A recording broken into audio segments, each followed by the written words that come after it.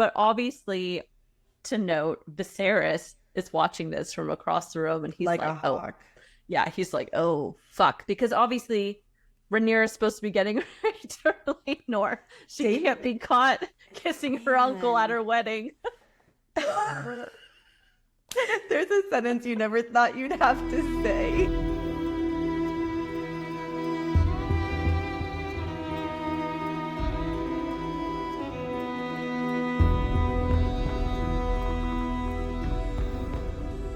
Hi, everyone. Welcome back to the Booked on Fantasy podcast. We, Addison and Lorraine, are two best friends who love to explore the world of fantasy through books, shows, and movies, but with a heavy emphasis on books.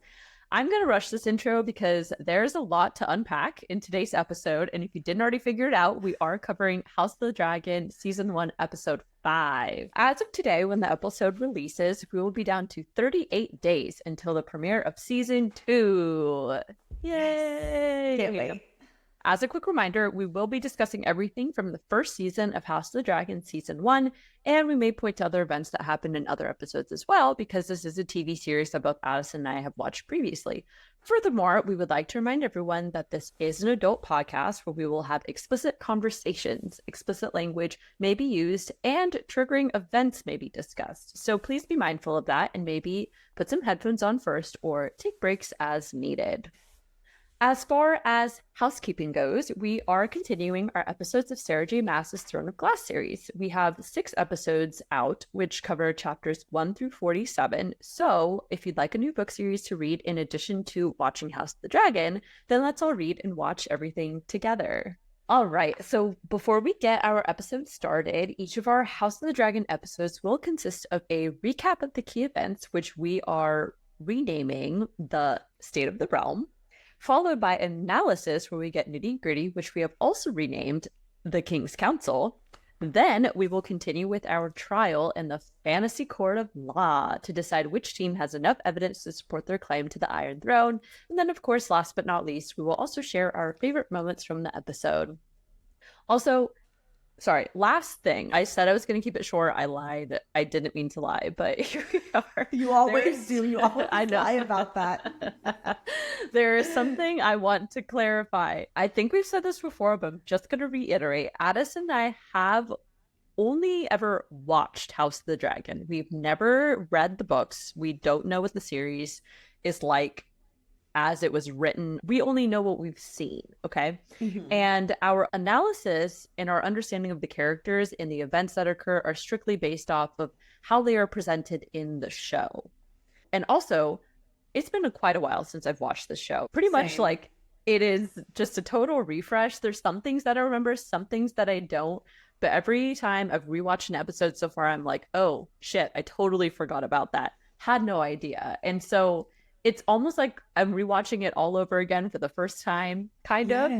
Same. And yes, I wanted to clarify that because the way that Addison and I have presented our opinions and analysis on the banner typically tends to be what we are seeing in the episode that we are covering today. Yeah. In real time. Yeah, again, we forget things. I agree. And I think that's the beauty of this show, right? Okay, book readers, don't come for me because I'm not talking to you. I'm talking to us lowly peasants who have not read the book. We only enjoyed the show.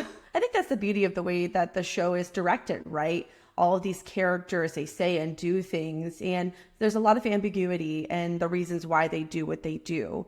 And so I think that's part of the fun of the show is not just, you know, the events that take place and the cinematography is beautiful, but you really have to think about and digest what are people's motivations, what is their experience, and how does that color their future actions. And so I think that's the beauty of the show. Mm-hmm. Yes, for sure, for sure. Now that I've gotten that clarification out of the way, let's take stock of the state of the realm. So Addison, please give us our summaries. All right. Guys, this was a fat episode. I tried to make it as concise as possible, but just hang in there with me. We open this episode with the scene of a mystery woman riding a horse. We quickly learn that she is Lady Rhea Royce, Daemon's wife. As she rides, she comes across a mysterious hooded figure. She recognizes that it is Daemon. Rhea immediately begins talking shit to him and has the horrifying realization that Daemon has come to end her.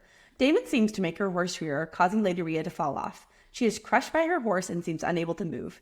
As Daemon walks away, she lobs one more insult at him. He pauses, and then Daemon picks up a rock. ... Meanwhile, Viserys and Rhaenyra are on a ship to Driftmark. Alicent, who stays back at King's Landing, intercepts her father from leaving. In a heated exchange, Hightower blames Alicent for taking Rhaenyra's side and aiding in the circumstances that allowed the king to remove him as hand. In a desperate plea, Hightower tries to make Alicent understand that she must choose between Rhaenyra or Aegon, either choice having potentially disastrous and deadly consequences. Rhaenyra and Viserys arrive in Driftmark, but Lord Corlys is not waiting in the courtyard to receive them. This is a sign of disrespect, but honestly, Viserys seems over it and says, let's just get on with it. Back in King's Landing, Alicent is in the Godswood, where she runs into Lord Larys. In a conversation full of verbal landmines and double meanings, Lord Larys reveals to Alicent that the king sent Rhaenyra a special tea that all but confirms that Rhaenyra did in fact compromise her virtue. Lord Corlys and Viserys meet in the Hall of the Nine. Lord Corlys informed to surprise Viserys at the passing of Daemon's wife, Lady Rhea. We learned that she had a hunting accident, heavy on the air quotes there. Viserys informs Lord Corlys that he wishes to propose a marriage between Sir Laenor and Rhaenyra. Of course, it is in Lord Corlys' nature to be difficult, so naturally he has some details that he would like clarified. Specifically, which name will the children of their union carry? Ultimately, they come to an agreement. While parents make their deal regarding Rhaenyra and Laenor's future, Laenor and Rhaenyra make their own. They agree to have an open marriage so that they can both dine as they wish. If you know, you know. Corlys and Rhaenys have a brief conversation where Rhaenys expresses her concerns for the safety of her son because she knows knives will come out when the time comes for Rhaenyra to ascend the throne. Rhaenyra and Viserys depart from Driftmark to make their way back to King's Landing. In a grand romantic gesture, Sir Criston Cole asks Rhaenyra to run away with him and leave the responsibilities of the crown behind. Rhaenyra instead offers up that things can continue as they are and nothing has to change. Cole is insulted by this and tells Rhaenyra he does not want to be just her whore. Upon their arrival in King's Landing, Viserys immediately collapses and the Queen summons Sir Criston Cole to discuss a delicate matter.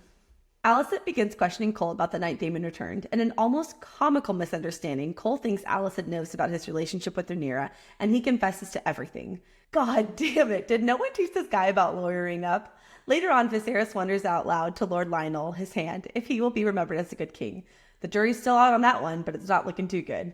It's time for the royal wedding, and the fandom holds a collective breath. We know in this universe, weddings never go well. The shenanigans start when Alicent makes her dramatic entrance wearing a signature Hightower house color, green dress. While everyone is dancing and enjoying the revelry, Sir Gerald Royce confronts Daemon about the late Lady Rhea and accuses him of murdering her.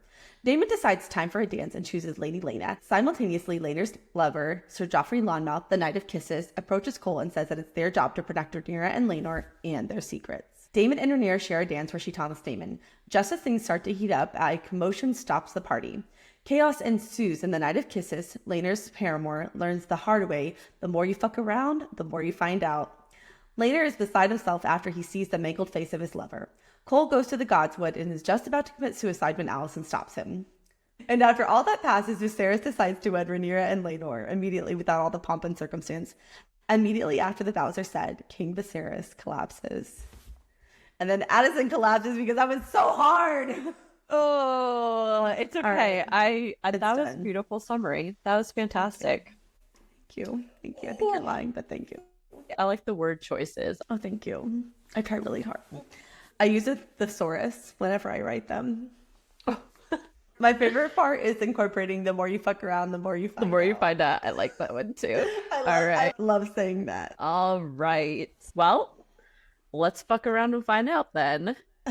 And it's now time for the King's Council. Yeah.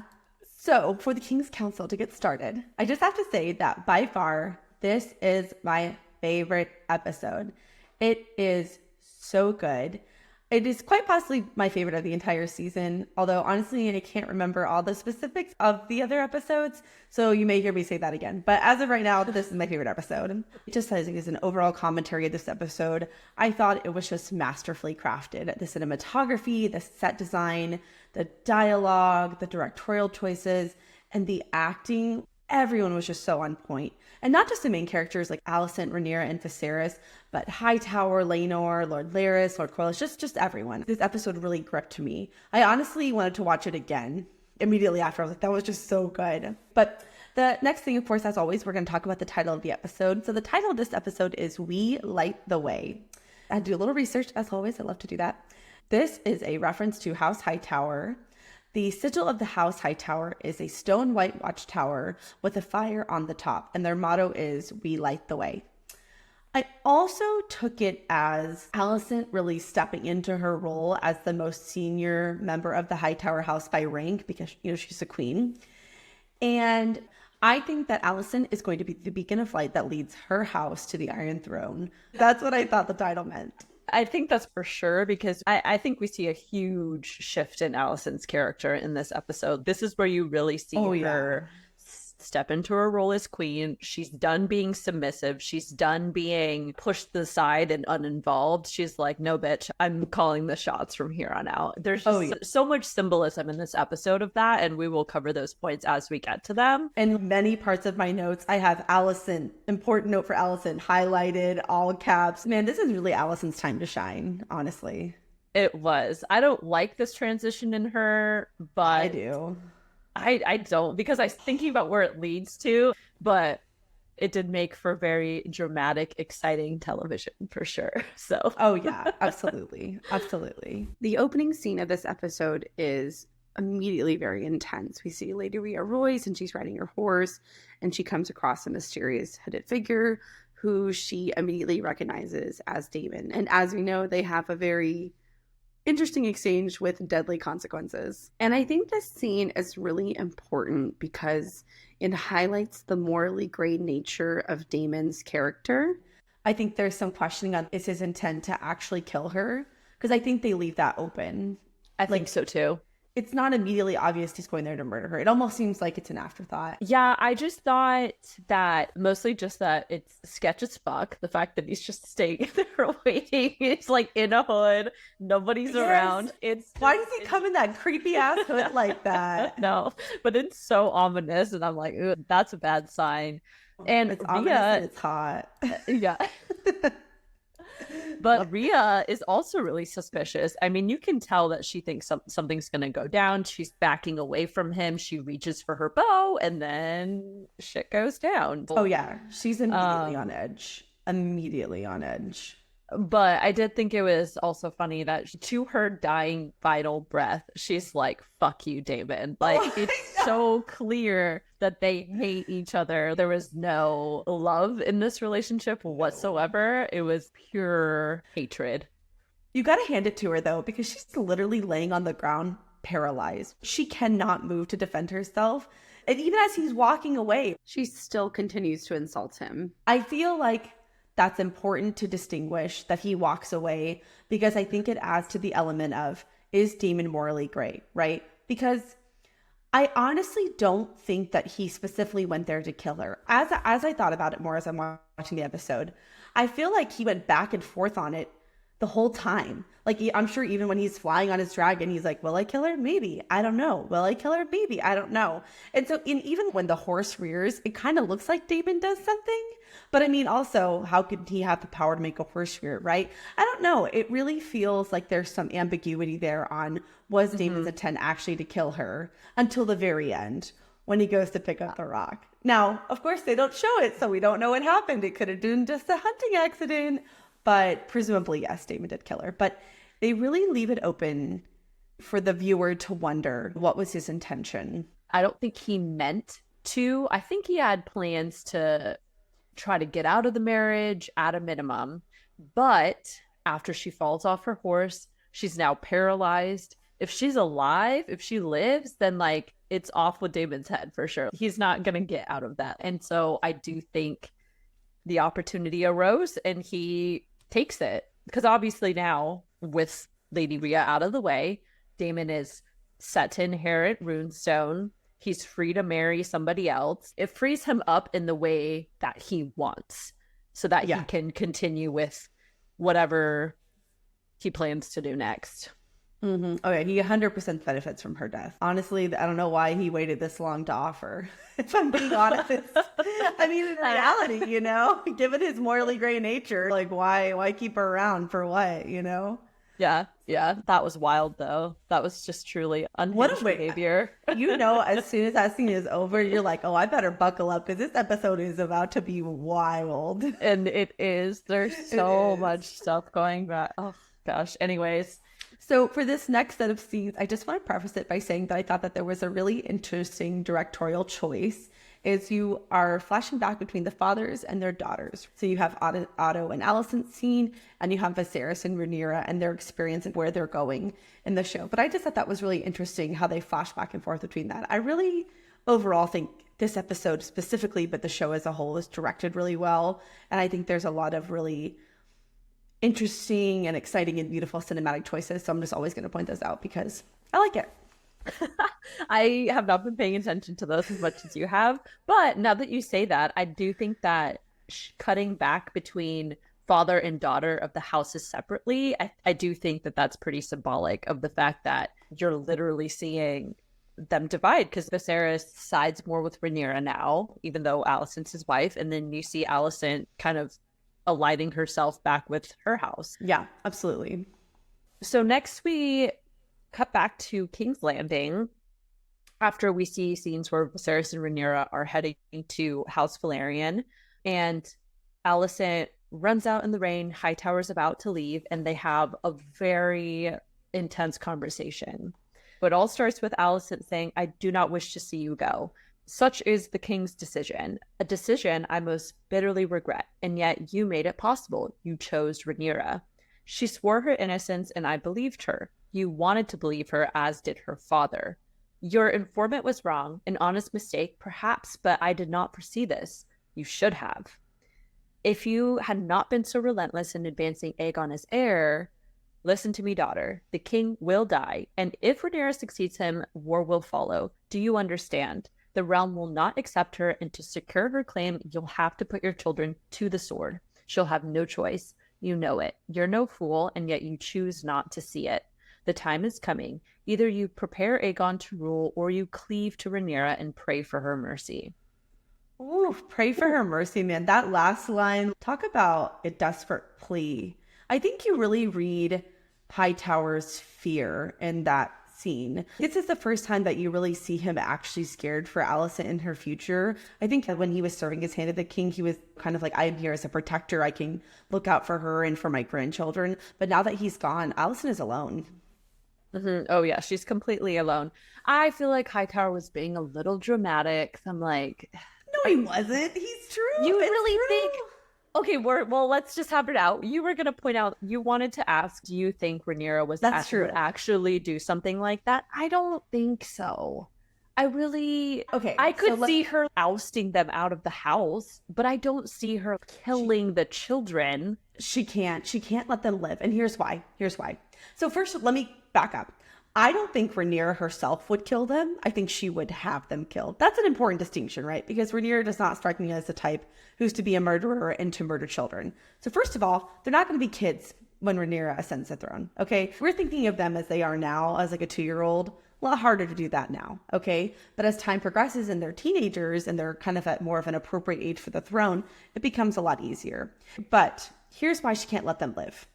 As long as Viserys' children with Alicent draw breath on this earth, there are going to be houses and people and banners that rally behind them. And there is always going to be a continual threat of conflict or outright war until one side is totally dominant. And the way to become dominant is to end in total death, right? Either Rhaenyra and all her heirs die, or Aegon and all his siblings die. And I think that Rhaenyra would not want that, but ultimately she would get forced into it if she wanted to hold on to the throne.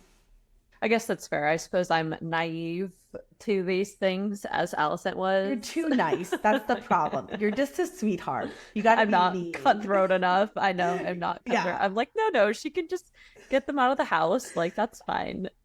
Okay, apparently it's not enough. But anyways, this conversation was obviously a huge pivotal moment for Alicent for 2 reasons. So first, her father was relieved of his position, which left her completely and utterly alone. She also did not foresee this happening and feels a lot of guilt for choosing to believe Rhaenyra over her father. She truly felt she was doing the right thing as Hightower said, wanted to believe that Rhaenyra wouldn't lie to her. And unfortunately, the consequence was that her father was dismissed, and she did not see that coming. And then second, with Hightower's words, this marks the major shift in Alicent's behavior as she now prepares to ready Aegon to take the throne, and also to take actions against Rhaenyra, because it has really been made out to be a life or death situation for her and her children now. Yeah, I agree. But I will say, I feel really bad for Alicent in this situation. She was put in a really bad position. She thought she was doing the right thing. She wanted to be friends with Rhaenyra again. And I think she had hoped that it could stay down that path where they are able to have a friendship and live peacefully together. But this is not going to be the case. And I think this episode really makes the final cut in their relationship. Yeah, absolutely. I agree. It's where they really have to sever ties and they go their own separate paths. I agree. Absolutely. All right. Moving into the next scene, we have Lord fucking Larys. And I'm going to say fucking Larys because I do not like this man, but he's cunning as hell. I like him. He really, I mean, he knows how to play the game. He's the ultimate politician, but I did write out the full conversation, so I'm going to read that out first. And to preface, this conversation is full of, in Addison's words, verbal landmines. There's a lot of metaphors. There's a lot of beating around the bush in cryptic insinuations. So beware. Alicent and Larys are in the Godwood, and as Alicent is passing, Larys is examining some rare flowers, and he says, "A rare bloom, indigenous to Braavos. By all rights, it shouldn't be thriving here. Nature, such mystery," which is just really weird to say, but obviously it's a metaphor. Yeah, I'm like, it's a metaphor for Alicent, right? She's a rare bloom. She shouldn't be thriving, but she Exactly. Yes. Anyways, Alicent attempts to continue on, and then Larys says, "And yet it is a dark day for the realm. Your father is a good man." Alicent says, "As is yours, who took his place. Yet still, the manner of your father's departure, it feels something of an injustice. You're perhaps in need of an ally. I'm the queen. I have no shortage of allies. Naturally, Princess Rhaenyra, for example. State your purpose, my lord. I did wonder if she could be relied upon now that she is unwell." Unwell? I haven't heard anything. "Begging your pardon, my grace, I'm afraid I must be mistaken. It's just that on the very same night your father was dismissed, the Grand Maester delivered a tea to the prince's chambers." And Lord Larys is out here spilling the tea as well, so planting the seeds. He is so sneaky. He's so, like, damn, he's good. You gotta respect it, though, because he is masterful. I agree. I mean, it's true because he's not physically very strong. He's learned to play the game, observe, gather information, and that's how he gets what he wants to get done, is by exchanging that information, right? So at first, Alicent is somewhat dismissive, right? She doesn't really know Larys very well. And it's not until he drops the breadcrumbs about Rhaenyra and her father, honestly, where she's like, oh, maybe I should pay attention to this man. And then, bam, first off, she realizes that she was deceived by both Rhaenyra and Viserys, since he, Viserys, was the one that ordered the tea to be delivered. So she's already really upset to have her father gone. But this really just adds salt to the wound when she realizes that she sided with Rhaenyra over a lie. And as we know, I think duty is very important. That's one of Alicent's characteristics, I think, is that truth, duty, doing the right thing is really important to her. And so for Rhaenyra to lie to her really struck a chord for her, because it put her in a position to be in the wrong. And obviously we see what happened as a result of that. Yeah. I think in that moment when her father leaves, I think Alicent really has to have a little introspection and say, well, I'm alone now, except for my sort of kind of friend Rhaenyra, right? And so she's isolated. She has Viserys, she has Rhaenyra, and that's it. And then for Lord Larys to come in and just drop this bomb on her, the importance of the scene for Alicent cannot be understated. It is an absolute turning point for her. Her father's gone now. She's completely isolated. The only people that she considered honest, truthful allies to her are both revealed to be deceitful. They both openly lied to her.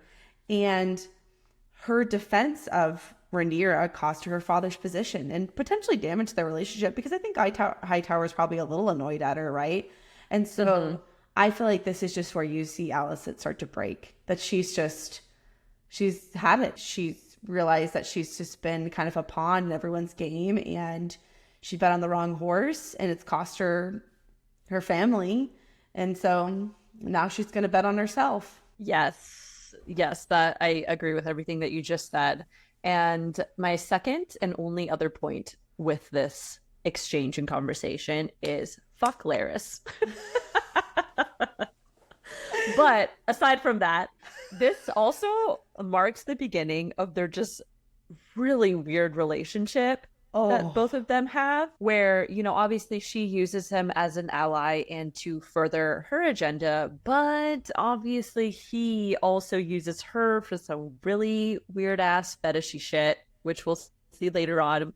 And he just kind of weasels his way into a more important position. Yeah. So that he also can push his own agenda. So, and he's also crazy as fuck because he does some really fucked up shit later on. I don't know if you remember, but like, I don't. Oh, well, he's just I know at the beginning of the episode, we talked about how like, I kind of forgot a lot of stuff. So two things. Number one, I pretty much forgot everything he did, but I did remember the weird fetish thing. So unfortunately, I did not forget that part. So I am not looking forward to having to revisit that in future episodes. That's weird. No, I mean, he does some really fucked up shit with his family that I'm just like, He does. I don't remember. Yes. That's bad. That's really bad. Oops. It's okay. We'll get there when we get there, but just know that he's crazy. He's a crazy man. I believe you. I believe you. So the next thing we cut to is where Viserys and Lord Corlys meet in the Hall of the Nine, which I just have to say is such a beautiful set. If you did not take note of it because you're focusing on the main action, which is totally fair, you should definitely go back and just watch all the details because it's really intricate and really cool. But in that conversation, Viserys proposes to Lord Corlys, I would like your son, Sir Laenor, to marry my daughter, Rhaenyra. It's a great match, yada, yada, yada, right? We all know how it's going to end, right? He's going to say yes. But of course, Lord Corlys being Lord Corlys, he has to just dig just a little bit, right? And so he says, we do have some questions about some details about how certain things will be handled. And you can just see Viserys is like, what's your deal? What do you need? What do you need? Just tell me what you need. And Lord Corlys asks how the succession will be handled between Laenor and Rhaenyra's future children. And Viserys says how the succession will be handled. Rhaenyra is my heir upon my death. She will inherit my throne, and my titles and their firstborn, regardless of gender, will inherit the throne. And then Lord Corlys jumps on that and he says, that's great. Cool. Okay. But what is traditional in Westeros is that the children usually take the father's name. Now, this is problematic because that means after Rhaenyra is gone, that would mean the Targaryen line would technically end because her and Laenor's children would be Velaryons, which means a Velaryon would ascend the throne. And so obviously this is not going to sit well with Viserys. And so he compromises and says that when they're born, they will be born with the name Velaryon, but when they take the throne, then they will do so as a Targaryen. Ultimately, Lord Corlys agrees, and everyone's happy. Hooray. So the marriage is gone. It's going to happen. Yeah. And something to remember for the fantasy court of law later on is that Viserys does confirm out loud to Corlys and in front of Rhaenys, and Lionel is there as well, his new hand, and he reaffirms that he does intend to have Rhaenyra continue as heir and she will ascend the throne next. And I think that that's really important just because, again, he's giving verbal confirmation in a public manner to the fact that he does want Rhaenyra to be the heir. He has no intention of changing that plan. Yeah, absolutely. I agree. So simultaneously, while Lord Corlys and Viserys are having their conversation and shoring up the marriage contract, Sir Laenor and Rhaenyra are making their own deal on the beach. Again, another conversation of verbal landmines. But basically, I'll just put it bluntly. Laenor's gay. He likes men. And Rhaenyra, she also likes men. But you can see why those two things, why their relationship wouldn't work in terms of an intimacy standpoint in producing heirs. But they both agree that they're going to do their duty to the realm and make their fathers happy, and they're going to get married. But they can both explore the world and dine as they see fit. So they come to an agreement to have an open marriage. And they're both okay with that, which I thought was really cool and progressive of them, honestly. But this is important because this is going to be a major plot point for their relationship in the next several episodes. So we just wanted to set it up here. After figuring this out and then seeing Laenor talk with Sir Joffrey and having these conversations, and then just like seeing what happens later in the episode, it's just really sad and really dangerous for Laenor, because that really exposed him in such a public thing, and like seeing him so visibly upset by that, it's just way too much opportunity for others to figure out what's going on with him. And given how secret everybody tries to keep this between Laenor's parents and then between him and Rhaenyra and everybody, it's not a good thing for him to be gay. We'll preface this by saying, in this universe, homosexuality is greatly frowned upon. So again, only in this universe, we're not making a political commentary on this show. We're just explaining to you in the context of the universe. So don't come for us. Exactly. Well, to touch on this lightly, I'm not going to say much about it, but Corlys and Rhaenys discuss this point too. Rhaenys in particular is very sensitive to this topic, because she even tells Corlys, we are placing our son in danger. And Rhaenys wisely recognizes that there will be a battle to contest Rhaenyra's claim should she ascend over Aegon. And then I wanted to ask, do you think she was concerned more for the fact because it's going to be contested and therefore Laenor's going to be in danger? So it's funny that you asked that. Directly after the conversation with Laenor and Rhaenyra, we cut to a conversation with Corlys and Rhaenys. And Rhaenys says, we're putting our son in danger. And the first time when I listened to that conversation, I thought that she was talking about the fact that he was gay, and she was worried about exposing him for being gay. But then the conversation kind of transitions into the future and the future of the relationship and what it means when Rhaenyra ascends the throne. But I think the conversation has double meaning. I think Rhaenys is concerned on both fronts, right? Because homosexuality is frowned upon in this universe, and she's worried about the future. Okay. Yeah. I Absolutely. agree with that. Yeah. And then Lord Corlys, to sum up that conversation, he sort of dismisses Rhaenys' concerns, and he says, well, they all swore fealty and they bent the knee to Rhaenyra.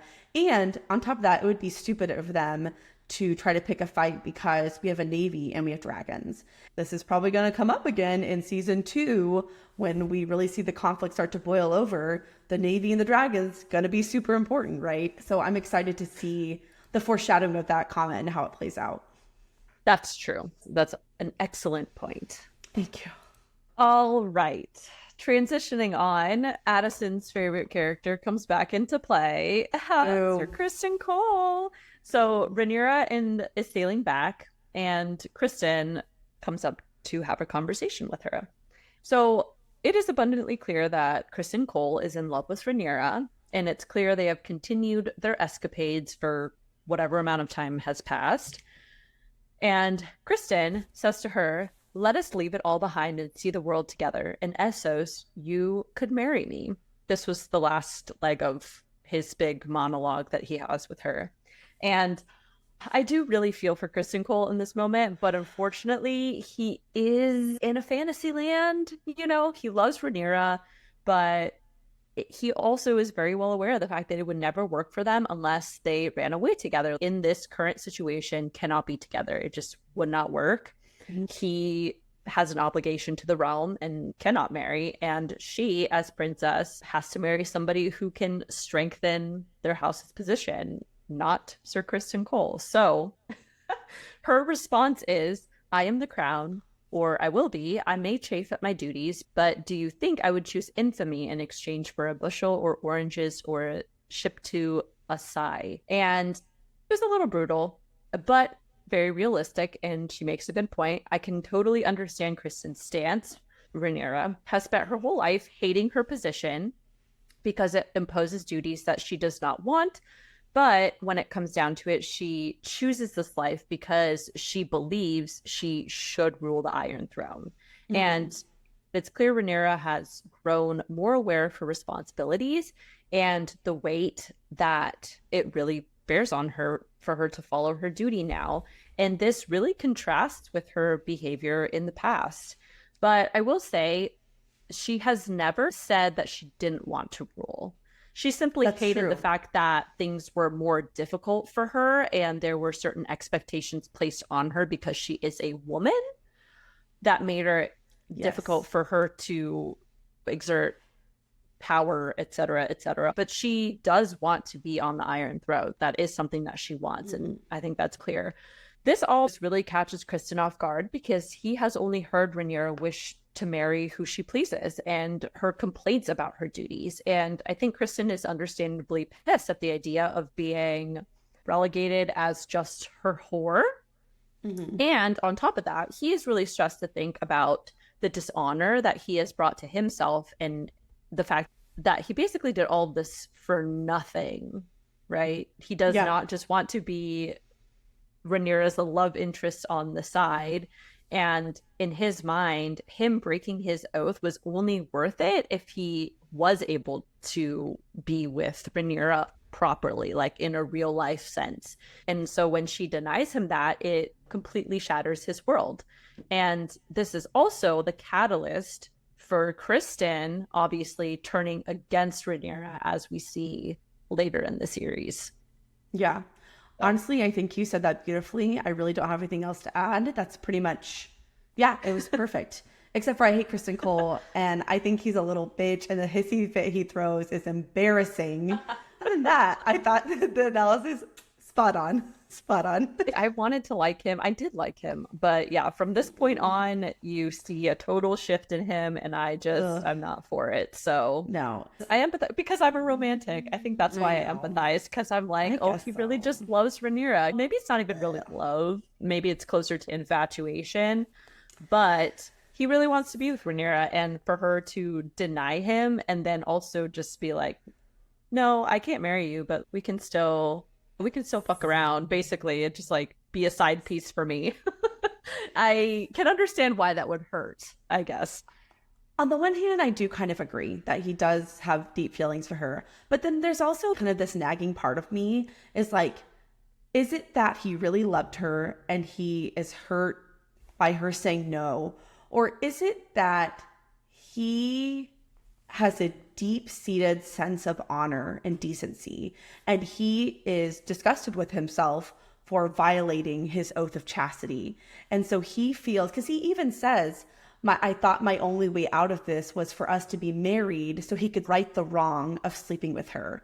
And so it does create a little bit of conflict in my mind. Is it love, or is that he trying to resolve himself of guilt by marrying her? And when she says no, then he feels like his chance at absolution is gone. So I don't know. Open to interpretation, but I hate him. I think he comes off as such a loser. That's all I wrote, is I hate him. He's a loser, and I hate him much more this time than I did the first time I watched the show. Those are my notes about this part. All right. I think both can be true. And I will say this about many characters. I think all characters have multiple motivations. They have multiple things that influence them. And I think that those are both very valid feelings and motivations for Kristen. That's totally fair. Okay. Addison is delighted because Lorraine said that I can take this scene. I'm going to try really hard to not just use it to talk about how much I hate Kristen Cole, but no promises. After the conversation with Lord Larys, Alicent summons Kristen Cole because she wants to discuss a delicate matter with him. And yet another conversation that is full of verbal landmines and cryptic meanings and innuendos and all kinds of things. So Alicent begins questioning Cole about the night Daemon returned. And she's very subtle with her language because she's a lady, right? She's trying to be polite. She doesn't just want to come out and say, did Rhaenyra have sex with Daemon, right? So she says, I know in moments of passion, things happen, blah, blah, blah. But she never says who. So the whole time it's so fun to watch Cole's reaction because he thinks that she knows about him and Rhaenyra. But in reality, we know Allison is talking about Damon. So how is he in the Kingsguard? Because he would make it like 5 minutes in an interrogation. He just buckled almost immediately. And he's like, oh, you're right, I did it. And Allison is like, huh? And he just continues on. He's like, yep, I had sex with Rhaenyra, basically. My bad. And he literally said, it happened, Your Grace. The sin you allude to. My oath has been broken. It's like so dramatic. Yeah, he's such a drama queen. God, yes. And so he's stupid. So he admits to it. Allison is like, what the fuck? Because who saw that coming, right? So this is a pretty critical point for Allison's character, because now she has the conversation with Lord Larys bouncing around her mind, and then this confession, and she realizes that Rhaenyra has lied to her, that everyone has lied to her. The foundation in which she made all of these really important decisions is crumbling, okay? And then the other thing I thought was kind of interesting in this scene is that Allison begins to cry. It's kind of subtle. She has her back turned, but I'm like, why is she crying? And I realize I think it's because she is so angry at Rhaenyra, and she's so angry at herself for believing her. And I think she's embarrassed that Cole has kind of made a fool of her inadvertently, and she made a fool of herself to her father and Viserys. And so she is just, I think there are tears of rage, which we'll see in a few scenes that she exacts her revenge in spectacular green fashion. But yeah, that's pretty much all I have about that conversation. It's just important that the conversation occurred and that this information is revealed to Alicent. Oh, yeah, I 100% agree. All right, so the next conversation that happens is between Viserys and Lord Lionel, his hand. And you can see, so first, important to know, always on Weird Festering Wound Watch, you can see that his condition has rapidly deteriorated, okay? Wound Watch. Wound Watch, ew! Okay, I'm going to keep calling it that. That's perfect. All right, Wound Watch. His arm is starting to look really grotesque. A lot of his fingers are missing. It ain't looking good for King Viserys, okay? And he asks Lord Lionel, will I be remembered as good king? And Lionel tells him that he has reigned over a time of great peace and prosperity. Many kings do not have that kind of claim. You know, in a lot of reigns, there's a lot of war, conflict, disease, famine, etc. And so Viserys has actually ruled over a relative time of peace and prosperity. But Viserys, he almost seems bothered by that. He kind of makes a joke about, well, that's not good for singing songs and to be remembered 100, 500 years from now. That no one writes songs about, the king was there and nothing bad happened, right? People like to write songs about epic battles and such. And he makes a comment where he says he feels that he may have been forged as a different man through a crucible. And I thought that was really insightful and just an interesting way for him to be introspective and think about his reign. I think Viserys may now slowly start to have the realization that his reign has not necessarily been a bad one, but it hasn't been good or meaningful. But when I hear this conversation, it actually called to me through the lens of Alicent, because then I feel that it is representative of Alicent's journey in the episode. That Alicent starts out as this kind of meek, submissive woman who really is just people-pleasing and just doing as she's told and just trying to make everybody happy. And then she goes through her own crucible, right? Being totally isolated from everyone she loves and cares about, realizing that her closest friend and her husband both lied to her and were deceitful. And through her crucible, she comes out forged anew, right? She's powerful. She's made a decision. She's embraced the mantle of being the symbolic leader of her household and rank, and that she is going to forge her own path and no longer let the wants and needs of others make her vulnerable and put them above herself. And that's really what it called to me. I don't think necessarily that's how it was intended, but when I heard that, that's all I could think about was Alicent's journey in this episode. Okay, really quick, what is a crucible actually? You know what? That is such a great question, because I actually had to look up crucible. So it has a couple meanings. It's actually used in like forging, but it's a situation of severe trial or in which different elements interact, leading to the creation of something new. Oh, okay. Okay. Honestly, that's perfect for Alicent. I think you're right in saying that. I think that definitely applies to Alicent for sure. In this episode specifically, yeah. Mm-hmm. Okay, here we go. So we are at the wedding, and I was pumped because, you know that a wedding in this universe always ends badly. It always ends. I'm forever scarred from The Game Red of Wedding. Thrones and the Red Wedding. Yeah, forever scarred. Who isn't, right? Who isn't? And I definitely think the directors and the producers and editors, they're playing on that, right? They all know that we're holding a collective breath where we're like, what's going to happen? The first things you see in the wedding scene is when Jason Lannister comes up to the table to greet the king and Rhaenyra. And it's just, you know what? I like that he's always himself. Like he's blustering, sucker. Yeah. He's just so weird. He's a weird so character. funny. I wrote, LOL, yet another cringe encounter with Lord Jason Lannister. But I like when he tries to make a joke and it falls totally flat. And when he walks up, Rhaenyra literally rolls her eyes. She's like, oh God. But I just thought that was a funny thing to note. And then when the Velaryons come in, it is so badass. Like the whole family rolls in and they're in their complimentary outfits and the music. And it is a great scene. It is great. I loved it. And then, of course, my favorite part, when Shadow Daddy Daemon walks in. And okay, I will say the short hair grew on me a little bit. I was kind of more into it this time.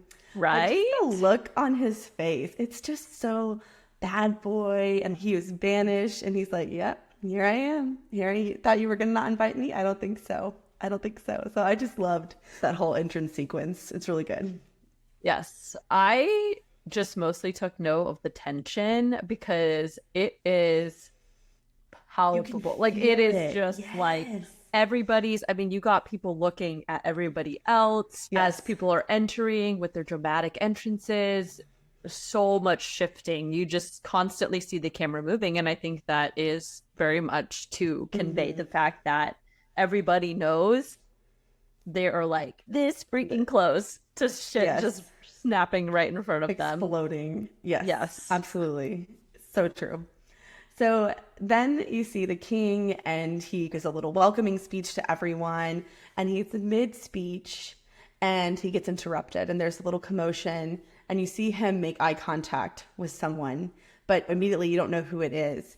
And then the camera pans and it's Allison and she's wearing this beautiful, this bright green in-your-face dress.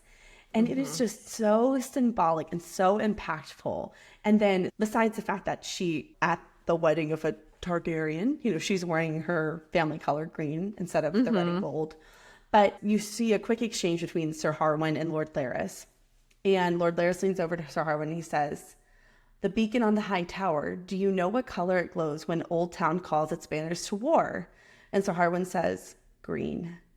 And it is just, oh man, the symbolism cannot be ignored. It is such a pivotal moment for Allison's character. And it's really moving in a powerful way. I just felt empowered watching her do that. And she knows that all eyes are on her and that her attire is a clear statement to where she stands. And then when she arrives at the table and she looks at Rhaenyra and she says, congratulations, stepdaughter, this is be really important for you. I feel like she's already using her language to create some distance between the two of them to show that we're not.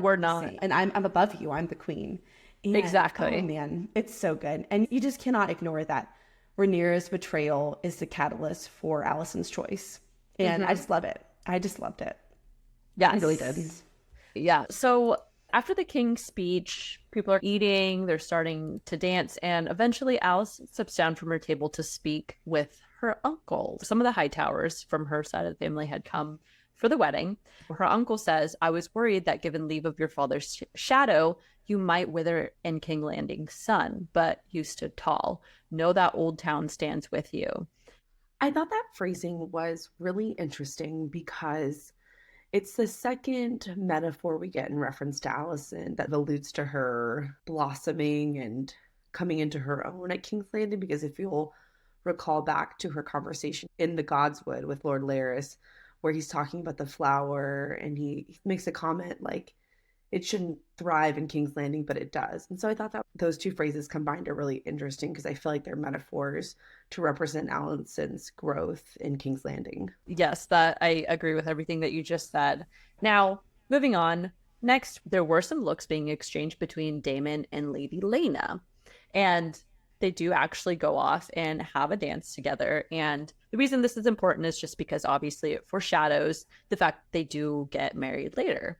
So next, notable event in the wedding scene is when Laenor's lover, Sir Joffrey, decides to take it upon himself to go talk to Kristen Cole. And the man is being antagonistic. I couldn't quite tell if he was trying to threaten him or if he was just kind of making like a, hey, I know something, you know something.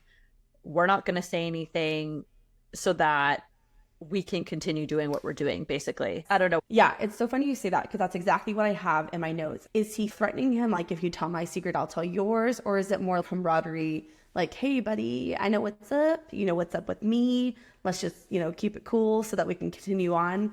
But honestly, I perceived it more that way. But I think what's more important is that Cole perceives it as him blackmailing him. Mm-hmm. And that is the catalyst for Cole's behavior in about 3 minutes. Right. Because Kristen, the man's on edge. The man is. He is. He needed some therapy. He never got it. And now he internally implodes. But anyways, Kristen interprets that negatively. Mm-hmm. He just is panicked to know that somebody else now knows. Alicent knows, and now somebody else knows. And I'm sure he's thinking, oh shit, who else is going to know about this? And I'm going to get in trouble for this. So I think that's where his mind is going. Mm-hmm. And then, of course, minor note, not super important, but did you notice that Rhaenyra was dancing with Harwin? Did you notice that? I did not notice that. Good call out, Lorraine.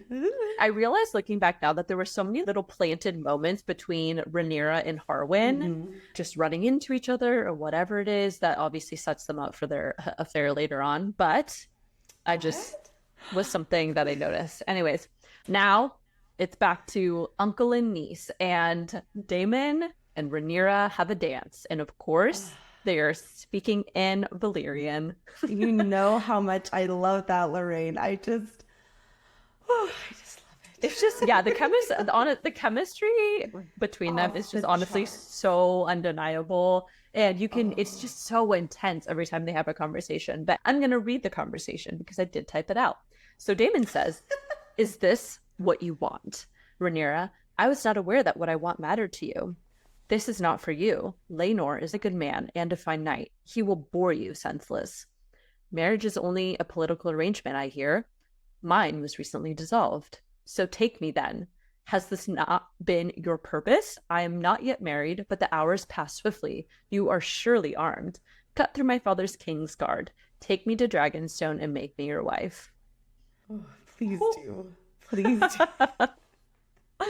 Again, Daemon's not going to do that, but the implication of what she desires out of him is pretty clear. But at this time, he's still not planning to do that. Although they still have this very strong attraction to each other. Mm-hmm. Continuing on, as Daemon and Rhaenyra are conversing with each other, I'm pretty sure they kiss, right? Because they cut to the scene, they get covered, Viserys and everybody else. Face. Okay. Can't see. Yeah, very intentional. Very intense moment. But obviously, to note, Viserys is watching this from across the room, and he's like oh, yeah, he's like, oh, fuck. Because obviously, Rhaenyra is supposed to be getting ready to Laenor. She can't be caught kissing her uncle at her wedding. There's a sentence you never thought you'd have to say. Never. That is House of the Dragon. You know what the worst part is? I wanted her to. I know. Oh, shit. I'm morally gray, too, because now I'm rooting for something that shouldn't be happening. But anyways, moving on. In the middle of this, all of a sudden, there is a ruckus happening and a fight breaks out. And we don't really see exactly how it starts. They don't show that part. But it cuts to a part where Sir Criston ends up beating the shit out of Sir Joffrey and absolutely pummeling him. Oh my god. Some of the things that they show in this show are just so unbelievably graphic. And that was one of those things. Because, oh my god, I don't want to describe it because it was so disgusting to see and just so gruesome. Gruesome. Anyways, point being, Joffrey is now dead and Laenor is completely heartbroken. Yeah, that was truly such a horrible thing to happen. And that pretty much ends the wedding. Everybody disperses. And next we cut to this scene where we have two kind of things going on. So first we see that after all of this ensues, Viserys makes the decision to just fast track the wedding. They're like, forget it. We're not waiting 7 days. You're getting married now. So they are having just very small ceremony at nighttime. Kind of ominous too. It's dark and you can still see the chaos that had happened in the room and everything. I mean, Laenor still has the blood of his lover on him. Oh my gosh. He's like crying. So it's right. Not a happy time or anything for anyone. No, it's very unsettling. That happens. So Rhaenyra and Laenor are finally married formally. And as that's going on, we see scenes of Criston heading out to the Godswood, and he's brought his knife with him. He leans down and he is about to off himself. And all of a sudden, Alicent, it's implied that she stops him from killing himself. Honestly, I think that she views Criston as collateral damage to Rhaenyra. And so I think she feels bad for him because she's like, he's a victim of her behavior, deceit, etc. Exactly. Yeah, like Rhaenyra was the enemy. She was the instigator. She put Cole in this unfortunate position. So I think she sympathizes with Cole. And that's why she decides to stop him and then bring him in as an ally. And then, of course, at the very end, the final scene of the whole episode, Viserys collapses. And that is very telling because Viserys is close to dying. So it's the beginning of the end for him. Yep. So, yeah. Whew. All right. We are almost done with the episode, everybody. This was a very intense episode. So really, I'm a lot of my blood pressure is high thinking. I know my adrenaline's pumping. As promised, it is now day 5 of the trial of Team Black versus Team Green, and we do have some compelling evidence to add. So, where do we stand currently in this trial? For the fantasy court of law. So, for this episode, I can say that Team Green has finally emerged. I feel this is the episode where Alicent decides to embrace her Hightower side and starts to think about the future, and specifically Aegon's ascension to the throne. Despite that, there really isn't a lot of new information or evidence to support Team Green in this episode. The only thing I have is the conversation between Otto and Alicent when he again reiterates that when Viserys dies, which we know will be soon, that the ascension is going to be contested and it is going to get violent very quickly. So to me, also that same sentiment is echoed in the conversation between Rhaenys and Lord Corlys. Rhaenys also basically says the same thing to Corlys because she says, now that there is a male heir, Aegon, when Viserys dies, knives will come out, right? So we have two different really important people who know a lot about the realm echo this idea that there's going to be conflict, that when Viserys dies, to me, it would seem it would be better for Aegon to just ascend the throne and to avoid all the violence that will arise if Rhaenyra ascends. Overall, when you're thinking about it in the context of what is best for Westeros and the Seven Kingdoms, it is that Aegon, a male heir, take the throne because no one's really going to contest it. The only people who would contest it would be Rhaenyra, and I guess technically at this point House Velaryon, but overall, everyone is going to be okay with that. So that's really my only argument for Team Green. Yeah, in Team Black, I think we had much of the same evidence as before, although we do have that conversation between Viserys, Lord Corlys, Rhaenys, and Lionel, reiterating that he intends to keep Rhaenyra as heir, and that once they produce heirs, Rhaenyra and Laenor's children will be next in line after Rhaenyra. So he is verbally stating that loud, and obviously this is important because these are things that he's now stated to other people outside of Rhaenyra very clearly. And also, Rhaenyra is now married. So she has fulfilled a part of her duty, and now she just needs to produce heirs. Her being married was a point of contention and was causing some unrest within the realm, but now she is married and therefore has fulfilled a large part of her duty as heir to the throne. And now all that is left, of course, for her to do is to produce an heir. Yeah, I agree with your analysis. I think the lack of marriage and ability to produce heirs because of a lack of a union was a big concern for her in regards of her claim to the throne. And now that she's made a really great marriage match. It increases the strength of her claim to the Iron Throne. And we know that Lord Corlys has ships and dragons, so those will become very helpful in their conflict. That's true. Yeah. Exactly. All right, to round out the episode, last but not least, we do have our favorite moments to share. So, Addison, what were your favorite moments from this episode?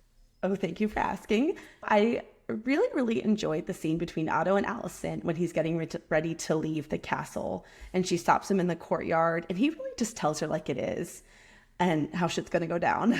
It's just so intense, and I thought the acting was really spectacular and really a dynamic between Hightower and Allison that I feel like you hadn't really got to see.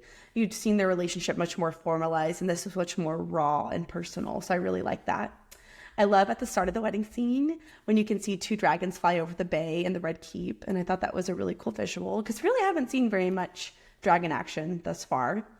And in addition to that, during the wedding sequence, when Rhaenyra and Viserys are at the head table, as people come in and Lord Jason Lannister approaches and Rhaenyra rolls her eyes, I just thought that was hilarious. That whole exchange. And then he makes that cringe joke, and even Viserys looks at Rhaenyra and he's like, yeah, this guy. Oh, yeah, that was one of my favorite parts, too. It's just that Jason Lannister. It was just so awkward and weird, you know? He's weird, yeah.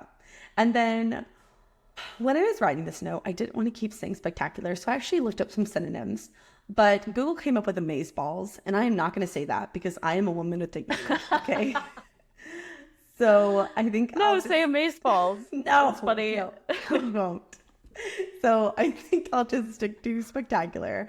But the entire wedding sequence is just absolutely spectacular, incredible, phenomenal. The set design, the directing, the costuming, the dialogue, how the cuts between characters and the looks, and just, it is just so, so, so good. It is probably one of my favorite 15, 20 minutes of television. It is just incredible. And I loved it. I cannot imagine all the prep that went into planning weeks and weeks. All of these. Oh my gosh, I know there's so much stuff at play. Well, what were your favorite moments?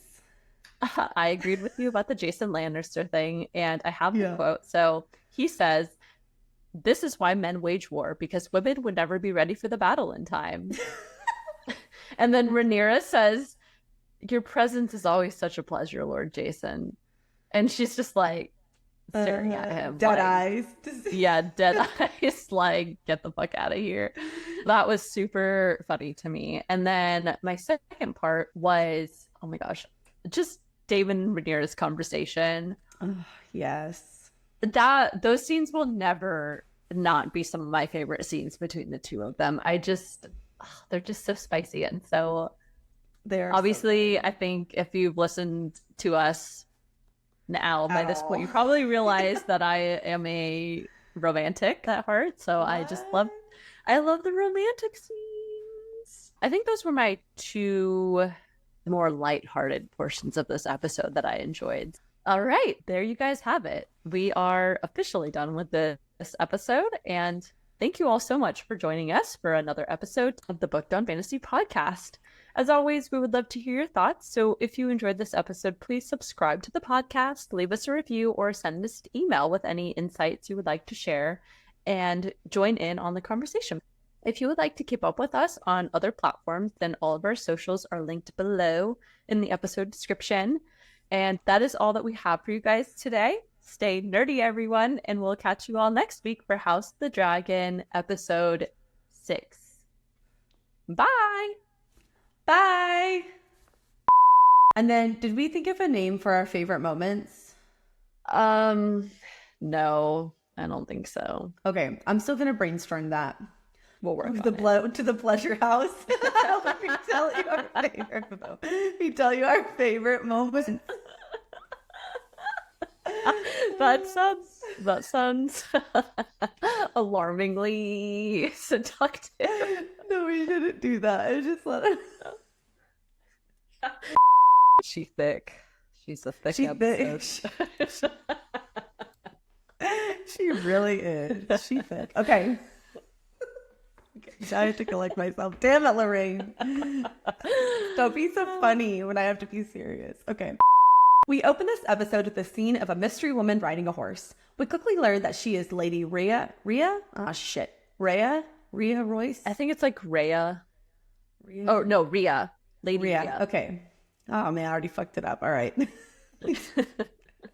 Shit. Okay. The shenanigans start when Allison makes her dramatic entrance wearing a signature Hightailor.